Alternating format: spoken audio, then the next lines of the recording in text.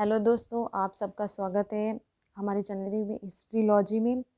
जैसा कि आपको पता ही हमने एनटी नेट यूजीसी जेआरएफ के लिए 2021 के जेआरएफ को क्लियर करने के लिए हिस्ट्री की एमसीक्यू सीरीज़ स्टार्ट की है, जो हमारे आने वाले एग्ज़ाम के लिए बहुत ज़रूरी है। तो चलिए आइए देखते हैं। हमारा आज का पहला क्वेश्चन है, मुंबई, मद्रास और कोलकाता में उच्च न्यायालयों की स्थापना कब हुई थी? हमारा ऑप्शन 1 है 1861 में, ऑप्शन बी है 1851 में, ऑप्शन सी है 1871 और ऑप्शन डी 1881। तो हमारा इसका सही आंसर होगा ऑप्शन ए 1861। क्वेश्चन दूसरा है, आज़ाद हिंद फौज के अधिकारियों के लाल किले में चल रहे मुकदमे में उनके पक्ष में लिखित में से किसने वकालत की थी? ऑप्शन 1 सी आर दास ने, ऑप्शन बी मोतीलाल नेहरू ने, ऑप्शन सी एम ए जिन्ना ने या फिर option D sir T B Prabhu ने। तो इसका राइट आंसर होगा option D sir T B Prabhu ने। द्वितीय विश्व युद्ध में जर्मनी की स्थिति कमजोर पड़ने के बाद आज़ाद हिंद फौज के सैनिकों ने 1945 में सरकार के समक्ष समर्पण कर दिया था और सरकार ने सैनिकों पर निष्ठा की शपथ तोड़ने का आरोप लगाया था। लाल किले में सैनिकों का मुकदमा चलने के बचाव के पक्ष में वकीलों में भूलाभाई देसाई प्रमुख थे। उनका सहयोग करने के लिए तेज बहादुर, सप्रू, काटजू और जवाहरलाल नेहरू भी थे।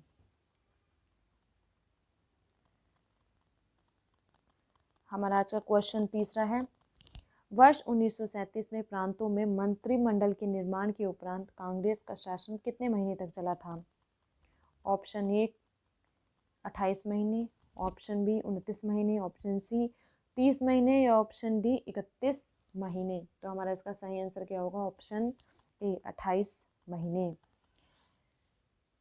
1935 के भारत जो शासन अधिनियम के आधार पर 1937 में चुनाव हुए थे। इसमें कांग्रेस को 11 प्रांतों में से 5 प्रांत, और वो कौन से प्रांत थे? मद्रास था, बिहार था, उड़ीसा और मध्य प्रांत और संयुक्त प्रांत। इनमें इन्हें बहुमत मिल गया था। इस चुनाव में मुस्लिम लीग मुसलमानों की एकमात्र प्रतिनिधि होने का अपना दावा सिद्ध करने में असफल रही थी। क्वेश्चन 4 है, डेक्कन एजुकेशन सोसाइटी की स्थापना से कौन संबंधित था? Option A justice Ranade, option B Firoz Shah Mehta, या ऑप्शन सी बीजी तिलक, या ऑप्शन डी दयानंद सरस्वती। तो हमारा आज का सही आंसर क्या है इसका? ऑप्शन सी बीजी तिलक। डेक्कन एजुकेशन जो सोसाइटी की स्थापना है, उसकी स्थापना बीजी तिलक यानी कि बाल गंगाधर तिलक जी ने 1880 में की थी और पूना में की थी। क्वेश्चन 5 भगत सिंह ने सेंट्रल असेंबली में बम फेंका था, किसके साथ फेंका था? ऑप्शन ए चंद्रशेखर आजाद के साथ, ऑप्शन बी सुखदेव के साथ, या ऑप्शन सी बटुकेश्वर दत्त के साथ, या ऑप्शन डी राजगुरु के साथ। तो हमारा इसका सही आंसर क्या होगा? ऑप्शन सी बटुकेश्वर दत्त के साथ। भगत सिंह जी ने सेंट्रल असेंबली में बटुकेश्वर दत्त के साथ मिलकर बम फेंका था और यह बम 8 अप्रैल 1929 को फेंका गया था। 23 मार्च 1931 को भगत सिंह को और राजगुरु को और सुखदेव के साथ फांसी दे दी गई। भगत सिंह जी ने Hindustan socialist republic association and Naujawan Bharat Sabha की स्थापना की थी। क्वेश्चन 6, निम्नलिखित में से किसने काल्पनिक वैज्ञानिक उपकरणों पर पुस्तक लिखी थी? ऑप्शन ए भोज ने, ऑप्शन बी गोविंदराज ने, ऑप्शन सी चंद्रवर्मन ने, या ऑप्शन सी महिपाल ने। तो हमारा इसका सही आंसर होगा ऑप्शन ए भोज ने। भोज ने काल्पनिक वैज्ञानिक उपकरणों पर पुस्तक लिखी थी। राजा जो भोज है वो मालवा के परमार वंश से संबंधित थी। ये अपनी विद्वता के कारण ही कवि राजकुमार की उपाधि से प्रख्यात थे। इन्होंने विविध विषयों जैसे चिकित्सा शास्त्र, खगोल शास्त्र, धर्म और व्याकरण और स्थापत्य आदि में 20 से अधिक ग्रंथों की रचना की थी। क्वेश्चन 7, स्प्रिंगिंग टाइगर पुस्तक जीवनी है किसकी? ऑप्शन ए भगत सिंह की, ऑप्शन ए भगत सिंह की, ऑप्शन बी सुभाष चंद्र बोस की, ऑप्शन सी चंद्रशेखर आजाद की, ऑप्शन डी राम प्रसाद बिस्मिल की। तो हमारा इसका सही आंसर होगा ऑप्शन बी सुभाष चंद्र बोस की। स्प्रिंगिंग टाइगर पुस्तक जो है वो सुभाष चंद्र बोस की जीवनी है। इसकी रचना किसने की है? हग टॉय ने। यह पुस्तक 1960 में प्रकाशित हुई थी। इस पुस्तक का पूरा नाम था springing tiger a study of revolutionary. Question 8, Indian wins freedom पुस्तक आत्मकथा है। Option A doctor Rajendra Prasad की, ऑप्शन बी जवाहरलाल नेहरू की। ये गलत हो गया, जवाहरलाल नेहरू की। जवाहरलाल नेहरू की। ऑप्शन सी मौलाना अब्दुल कलाम आज़ाद की। ये ऑप्शन डी हुमायूं कबीर की। तो हमारा इसका सही आंसर होगा ऑप्शन सी मौलाना अब्दुल कलाम आज़ाद की। इंडियन विंस फ्रीडम जो पुस्तक है वो मौलाना अब्दुल कलाम आज़ाद की आत्मकथा है और ये वर्ष 1923 में 35 वर्ष की आयु में भारतीय राष्ट्रीय कांग्रेस के सबसे युवा अध्यक्ष बनी थी। ये वर्ष 1940 से लेकर 45 के मध्य तक भारतीय राष्ट्रीय कांग्रेस के अध्यक्ष भी थे और वर्ष 1912 में इन्होंने साप्ताहिक पत्र अल हिलाल का प्रकाशन किया था। जो मौलाना अब्दुल कलाम आज़ाद थे ये हमारे प्रथम शिक्षा मंत्री भी थे और इन्होंने वर्ष 1992 में इन्हें भारत रत्न से भी सम्मानित किया गया है। क्वेश्चन 9, प्रथम अखिल भारतीय समाजवादी युवा कांग्रेस का सभापति कौन था? Option A Subhash Chandra Bose, option B Acharya Narendra Dev, option C Jawaharlal Nehru या ऑप्शन डी जेबी कृपलानी। तो हमारा इसका सही आंसर होगा ऑप्शन सी ऑप्शन सी, हाँ, जवाहरलाल नेहरू। प्रथम अखिल भारतीय ये जो समाजवादी युवा कांग्रेस के जो सभापति थे ये जवाहरलाल नेहरू थे। 1934 में कांग्रेस के समाजवादी दल की स्थापना हुई थी और ये प्रथम समाजवादी थे। जयप्रकाश नारायण, आचार्य नरेंद्र देव, राम मनोहर लोहिया और कमला देवी चट्टोपाध्याय और यूसुफ मेहर अली थे। क्वेश्चन 9, भारतीय राष्ट्रीय कांग्रेस ने अपने किस अधिवेशन में भारत सरकार अधिनियम 1935 को अस्वीकार किया था?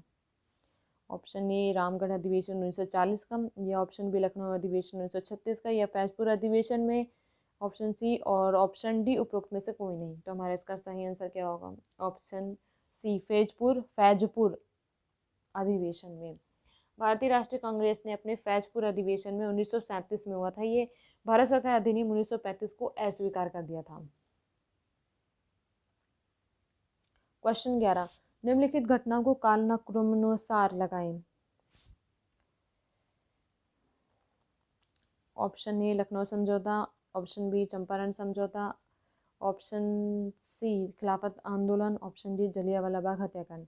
हमें इसको कालानुक्रम में लाना कि मतलब कौन सी घटना कब कब हुई थी। तो हमारा इसका राइट आंसर होगा हमारा लखनऊ समझौता कब हुआ था? 1916 में। और चंपारण सत्याग्रह हुआ था हमारा 1917 में। खिलाफत आंदोलन हुआ था 1920 में और जलियांवाला हत्याकांड हुआ था 1919 में। तो हमारा इसका सही आंसर यही होगा। 1916 में लखनऊ समझौता और 1917 में चंपारण सत्याग्रह, 1919 में जलियांवाला बाग हत्याकांड और 1920-22 में खिलाफत आंदोलन। क्वेश्चन 12, सिख राज्य का अंतिम राजा कौन था? इसका सही option A Kharak Singh, option B Sher Singh, option C Naunihal Singh या ऑप्शन डी दिलीप सिंह। इसका सही आंसर होगा ऑप्शन डी दिलीप सिंह। सिख राज्य का जो अंतिम राजा थे वो दिलीप सिंह। क्वेश्चन 13, भारत छोड़ो आंदोलन के दौरान उत्तर प्रदेश के निम्नलिखित जिलों में से किसमें समानांतर सरकार की स्थापना की गई थी? ऑप्शन ए इलाहाबाद में, ऑप्शन बी लखनऊ में, ऑप्शन सी बलिया में या ऑप्शन डी फैजाबाद में। हमारा इसका राइट आंसर होगा ऑप्शन सी बलिया में। क्वेश्चन 14, निम्नलिखित में से किस देश में गदर पार्टी की स्थापना हुई थी? ऑप्शन एक यूएसए में, ऑप्शन बी जर्मनी में, या ऑप्शन सी स्पेन में, या ऑप्शन डी फ्रांस में। हमारा इसका राइट आंसर होगा ऑप्शन ए यूएसए में। नवंबर 1913 में सोहन सिंह मकाना ने हिंद एसोसिएशन ऑफ अमेरिका की स्थापना की थी, और इस संस्था ने जो अंग्रेजी, उर्दू, मराठी, पंजाबी में गदर या हिंदुस्तान का प्रकाशन आरंभ कर दिया था।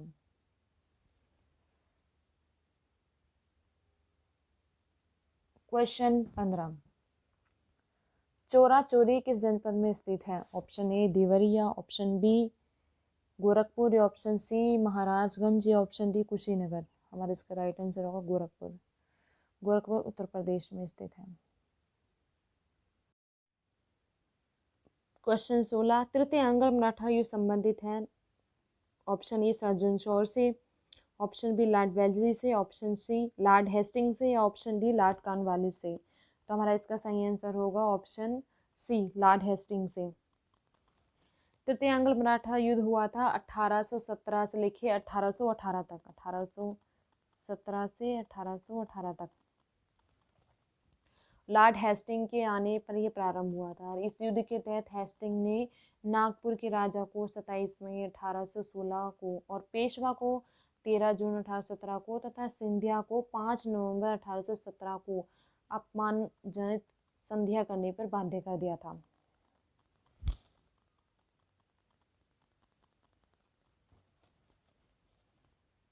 क्वेश्चन 17, अवध राज्य का ब्रिटिश राज्य में विलय हुआ था। ऑप्शन ए 1855 ईस्वी में, ऑप्शन बी 1854 ईस्वी में, ऑप्शन सी 1856 ईस्वी में, ऑप्शन डी 1853 ईस्वी में। हमारा इसका राइट आंसर होगा ऑप्शन सी 1856 ईस्वी में। अवध राज्य का ब्रिटिश राज्य में जो विलय हुआ था 1856 ईस्वी में हुआ था, और उस वक्त तत्कालीन गवर्नर थे जनरल लॉर्ड डलहौजी ने अपनी विलय की नीति के तहत इसका विलय किया था, और अवध का जो नवाब था वो थे बिरजिस कादिर। क्वेश्चन 18, कॉमनवेल्थ पत्र किससे जुड़ा है? ऑप्शन ए बी.डी. तिलक से, ऑप्शन बी एनी बेसेंट से, ऑप्शन सी जी.के. गोखले से, या ऑप्शन डी इसमें से कोई नहीं। तो हमारा इसका राइट आंसर होगा ऑप्शन बी एनी बेसेंट से। कॉमनवेल्थ पत्र जो है एनी बेसेंट से जुड़ा है। 1893 ईस्वी में पहली बार ये भारत आई थी, और बेसेंट ने 1898 में बनारस में सेंट्रल हिंदू कॉलेज की स्थापना की थी। ये बहुत ज़रूरी क्वेश्चन है। और न्यू इंडिया तथा कॉमनवेल्थ इनकी प्रमुख ये पत्रिकाएं हैं। वर्ष 1917 में भारतीय राष्ट्रीय कांग्रेस की ये प्रथम महिला अध्यक्ष भी बनी थी। ये बड़े ज़रूरी क्वेश्चन है। क्वेश्चन 19, निम्नलिखित में से कौन एक उग्रवादी था? Option A Firoz Shah Mehta, option B Gopal Krishna Gokhale, option C Vipin Chandrapal, या ऑप्शन डी इनमें से कोई नहीं। तो हमारा इसका राइट आंसर होगा ऑप्शन सी विपिन चंद्रपाल। विपिन चंद्रपाल जो थे उग्रवादी थे, उग्रवादी नेता थे, और इन नेताओं में बाल गंगाधर तिलक, अरविंद घोष और लाला लाजपत राय भी शामिल थे। ये उग्रवादी नेता थे। क्वेश्चन 20, ऑपरेशन पोलो जुड़ा है। ऑप्शन ए भारत छोड़ो आंदोलन से, ऑप्शन बी सविनय अवज्ञा आंदोलन से, ऑप्शन सी जूनागढ़ राज्य में सैनिक कार्रवाई से, या ऑप्शन डी हैदराबाद राज्य में सैनिक कार्रवाई से। हमारा इसका राइट आंसर होगा ऑप्शन डी हैदराबाद राज्य में सैनिक कार्रवाई से। ऑपरेशन पोलो जो है हैदराबाद राज्य में सैनिक कार्रवाई से जुड़ा है। 22 सितंबर 1948 को निजाम ने समुद्री तार भेजकर सुरक्षा परिषद से हैदराबाद का मामला उठाया था। इस प्रकार जो हैदराबाद को भारतीय संघ में मिला लिया गया, और भारत ने इस गुप्त सैन्य कार्रवाई का नाम जो रखा था वो ऑपरेशन पोलो रखा था। अगर आपको हमारी ये वीडियो अच्छी लगी हो तो प्लीज़ इसे लाइक करें, शेयर करें, और हमें कमेंट भी करें, और हमारे चैनल को सब्सक्राइब भी ज़रूर करें। धन्यवाद।